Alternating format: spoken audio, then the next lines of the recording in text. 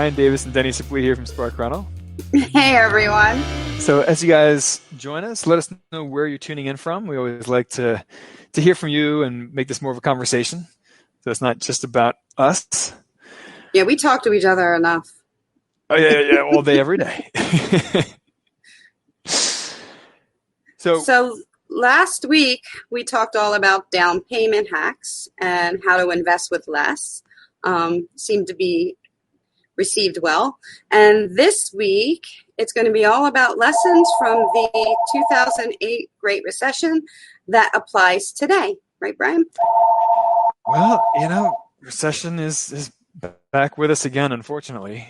No one can quite agree on how long that recession will take to recover, or how long we'll be in the recession, and what shape the recession will take, U, V, W, etc. But we're there. We're in a recession. So, it's not the exact same recession that we had 12 years ago, but there are some parallels.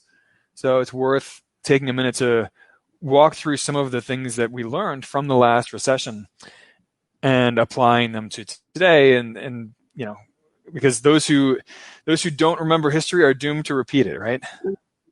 It's interesting that there's so many unknowns in this, but that has some background we can follow to at least assist. Yeah. I mean, it's a case study of a different recession, with different causes, but there are some similarities, and some things are going to play themselves out similarly again. So, yeah, I mean, without further ado, one of the things that's worth mentioning is that the recovery from recessions typically takes longer than the fall itself. So the economy collapses faster than it rebounds. And you can see that in particular with stocks. So in the average bear market, and by the way, a bear market is a stock market crash of more than 20%. So the average bear market, stocks take 13 months from their previous high to reach their low point in the recession. And then they take 22 months to recover from that low point up to their previous high. It's almost double the time. Nearly twice as long. What's that? It's almost double the time. Right, exactly. So the fall happens faster than the recovery, and that's worth keeping in mind in any recession, and with any stock market crash. Now, it's not just about stocks. The recession impacts everything across the economy. So take a look at unemployment rate. That takes even longer to recover than stocks. Stocks actually recover somewhat quickly. Unemployment rate in the Great Recession, the low point for the unemployment rate, in a good way, was 4.7%, and that was in 2007. And then it jumped up into the double digits, and it wasn't until 2016 that the unemployment rate made it back down to 4.7%. Wow. So for context, the S&P 500 in the Great Recession, that took 16 months to reach its low point from its previous high. And then it took around 4 years to recover that previous high from its low point. So it reached the low point in 2009, in spring of 2009. And then they recovered their previous high in 2013. But by the time that the S&P recovered its previous high in 2013, unemployment rate was still over 8%. So the unemployment rate tends to take longer to recover than the stock market. So, now, with that being said, the unemployment rates today are because of different circumstances overall. What are your thoughts then on the recovery of this unemployment sequence? So I'm of the impression that we will see a Nike swoosh shaped recovery, with the very, very quick fall and then a slow, protracted upward recovery. So I think we're looking at several years to recover the jobs lost in this recession. And the small businesses that have just closed up. And the small businesses, I mean, it's that impacted us quite significantly. I mean, one of our major partners went out of business in May, gave us almost no warning, and they were our software partner. So, yeah, I mean, it's going to take probably years to recover. The GDP lost, the unemployment rate, the jobs lost. I mean, all of these common economic indicators. I suspect it's going to be a long road to recovery. And whether we are adversely affected directly or indirectly, it still has an effect on us. It's on everyone. Yeah. I mean, if most people are earning less money, then most people have less money to spend in whatever business you're in. So, yeah, I mean, there's a whole trickle-down effect throughout the economy. So, and we don't know where the bottom is for the economy. I mean, the economy grew in late May and early June, and then there's been a resurgence in the coronavirus, and a lot of businesses have had to close again. So, I mean, we don't know exactly where the bottom is here. We may not have hit the bottom yet, both for GDP, for employment, for stocks. We just don't know how this is all going to unfold. We're still in the midst of it. Who do you think gets hit the worst? Well, in most recessions, and this was certainly true in the Great Recession, the working and middle classes get hit the hardest in recessions. So here's an example. It took roughly 10 years for median incomes to recover from the Great Recession. So they hit a high point in 2007, and then they dropped down and didn't recover that income level until 2016. Now we're adjusting for inflation, of course, but you have to, because I mean, a dollar today is worth a lot less than a dollar 10 years ago, and a lot less than the dollar was worth 10 years before that, and so forth. So, yeah, it took 10 years to recover the median income in the United States from the Great Recession, and the same goes for net worth among the working and middle classes. So among the bottom 50% of Americans by net worth, it took around 10 years for them to recover from the Great Recession. So for them, they hit their peak at that time around 2008, lost a bunch of money, and then didn't recover the same asset level until 2017 for the bottom 50% of Americans. Now, it was much, much faster. The recovery was much faster for wealthier Americans. So among the top 10% of Americans, they actually recovered their assets by 2011. So way faster than the bottom 50% of Americans. And by 2020, before the coronavirus pandemic, they had nearly doubled their net worth from the Great Recession. So recessions always hit the working and middle classes harder. Or more accurately, they hit everyone hard, but the recovery is much, much faster for wealthier Americans, which, let's be honest, this is one of the reasons why Deni and I are always trying to encourage you all to build wealth, increase your savings rate, increase your assets, invest more. We want you to get in that top 10% of the country by wealth. Because it's something that people don't, this kind of stress, if you look at the numbers, we're 2017, some people were recovering. So what did they get? 3 years? Right. If that. So, these are all reasons why you want to be wealthier. Life is better when you're wealthier. So, by the way, better Angela to have Shepard, a little bit of, sorry, Deni, I was just saying it's better to put off some of the stuff that you want now and do stuff toward your future to protecting it than to go through the kind of stress people are going through now. Go ahead. I'm sorry. So, that's one of the things that we talk about somewhat frequently is you want to save and invest during the good times, during expansionary economic periods, because there's always going to be a recession coming. It's just a matter of when. The economy is cyclical, right?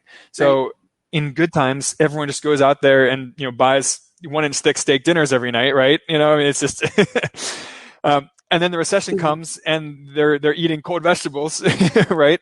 But so you want to save and invest your money during the strong years, both for you personally and for the economy at large, so that you are prepared when the recession comes, because it will come. It's like the Starks say on Game of Thrones, right? Winter is coming, and they're always right sooner or later. So yeah. So Angela Shepard here says, where are y'all located? So I'm down in Brazil at the moment. Well, interesting. And and I'm in Pennsylvania. So we're all over. I'm not from Brazil, of course, as you can tell from my accent. I'm from Maryland. I'm from Baltimore. But Angela, let us know where you're located when you have a second here. Now, here's another lesson from the '08 recession, the Great Recession. It's that cash is king during recessions. And one of the reasons for that is that economic crises create opportunities, but you have to actually have capital in order to take advantage of those opportunities. So in the Great Recession, the average US home price fell over 30%. The S&P 500 fell over 50%. So there's a huge opportunity to snatch up assets here on sale, right? On a discount. But you have to actually have money to do it. And credit markets tighten up significantly during recessions because everyone's default, or not everyone, but so many more people are defaulting on their loans. So banks and lenders, they tighten up. They don't want to lend money to just any Joe Schmo anymore, like they do during the good times. So you need to have wealth, you need to have cash on hand, you need to have capital to invest with if you're going to take advantage of the opportunities that come during a recession. And this is one reason why the wealthy come out ahead during recessions and the working and middle classes do not. Why they get hit so much harder. So cash is king during recessions. You want to be able to take advantage of these opportunities, and you need capital to do it. It's a lot harder to borrow money to invest with during recessions. It's funny. I don't know. I remember my grandparents, and I'm older, so they were around in the Depression. And I remember that the cash was like a big thing, and they didn't even trust banks and stuff for obvious reasons. So they would, and I never understood it as a kid. I understand it now, obviously, but they would hide cash around their house. Mattress money. Yeah. I mean, and not just, a few bucks for, a significant amount of money that they would keep hidden because that's how they felt. You never knew. Right. Well, in those days, you didn't have the FDIC. I mean, that was implemented during the New Deal, right? So, now it is, of course, safe to leave your money in a bank, and it's insured by the federal government. But you want liquid capital during recessions so that you can take advantage of these dips in asset prices. Speaking of which, so Deni, talk to us a little bit about rents versus home values during recessions. Well, they typically drop. They typically go down significantly. Let me step in here and bail you out. Go ahead. So if you look at rents over the last 50 or 60 years, during recessions, rents tend to flatten out some, but they don't generally drop. Home values sometimes drop a little bit during recessions. They don't normally drop by a whole lot. An exception to that was the Great Recession, when home values did drop an average of 30% around the country. Now, keep in mind that all real estate is local, so that's averaging out areas where homes didn't drop in price at all, and areas where they dropped by 60% in value. So, it's hard to talk about nationwide averages, but rents tend to be pretty stable during recessions. They tend to flatten, but they don't tend to drop. So that's useful news for landlords and real estate investors, right? Who can count on their cash flow remaining somewhat consistent. Now, it doesn't mean that their tenants won't default on their rents during a recession if they lose their jobs, but at least the market rents are not likely to drop significantly during recessions. And again, we're talking about nationwide averages, right? And I can. Like for the areas, New Jersey, New York, my area, Pennsylvania, all the cities like Philly, they are getting hit. Like people are leaving the cities and they're running to the suburbs. So the suburbs, the rents have gone in this pandemic have skyrocketed in my area. And the buying and everything is still going on. It hasn't really affected it as bad, but the city is definitely hurting. Yeah, and we actually we ran an article a couple weeks ago about that deurbanization trend that we're seeing around the country, particularly in the largest metro areas in the country. So I put a link to that in the comments here if you want to check it out. But we ran some of the data on that, and people are in fact moving away from the largest cities, not all cities, but the largest cities in the country, and moving to smaller cities, and of course smaller towns and rural areas as well. But check out some of the graphs in that article, because there is some interesting data in there about urban or the largest metro areas versus smaller cities and smaller metro areas. Which actually brings us to our next point, that demand is stronger for affordable housing during recessions. And that's intuitive, right? It's kind of obvious. But it's not just within a market, it's also across the country. And that's one of the reasons why we're seeing people leaving the most expensive cities in the US. And that's also compounded with some coronavirus related stuff.